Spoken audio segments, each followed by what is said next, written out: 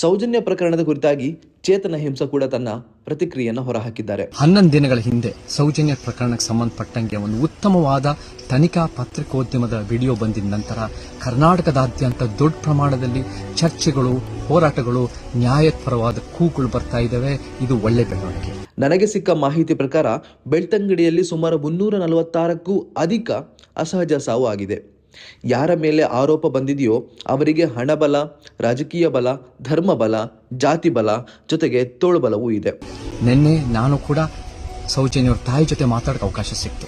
ಅವ್ರು ಕೇಳಿದ್ರು, ಚೇತನ್ ನನಗೆ ನ್ಯಾಯ ಒದಗಿಸ್ಕೊಡಪ್ಪ ಅಂತ ಹೇಳಿದ್ರು. ನಾನು ಖಂಡಿತ ಅಮ್ಮವರೇ, ನಾನು ಪ್ರಾಮಾಣಿಕ ಪ್ರಯತ್ನ ಮಾಡ್ತೀನಿ ಅಂತ ಹೇಳಿದ್ದೀನಿ. ಇವತ್ತು ನಾವು ಅನೇಕರ ಹೋರಾಟದ ಜೊತೆ ನಮ್ಮ ಹೋರಾಟನೂ ಸೇರಿ ನಮಗೆ ಈ ಸರ್ಕಾರದ ಮೇಲೆ ನಾವು ಒತ್ತಡ ಹಾಕ್ತಾ ಇದೀವಿ, ಬೇಡಿಕೆ ಇಡ್ತಾ ಇದೀವಿ. ಏನು ಅಂದ್ರೆ ಈ ಕೇಸನ್ನ ರಿಓಪನ್ ಮಾಡಿ. ಅದು ನ್ಯಾಯಾಂಗ ತನಿಖೆ ಆಗಿರ್ಬೋದು, ಅದು SIT ಸ್ಪೆಷಲ್ ಇನ್ವೆಸ್ಟಿಗೇಷನ್ ಟೀಮ್ ತನಿಖೆ ಆಗಿರ್ಬೋದು, ನಮಗೆ ನ್ಯಾಯ ಬೇಕು. ಮತ್ತೆ ಈ ತನಿಖಾ ಪತ್ರಿಕೋದ್ಯಮದ ವಿಡಿಯೋ ಹೇಳೋ ಪ್ರಕಾರ ಸೌಜನ್ಯ ಪ್ರಕರಣ ಜೊತೆ ಅನೇಕ ಪ್ರಕರಣಗಳು ಇಂಟರ್ ಕನೆಕ್ಟೆಡ್ ಆಗಿದೆ.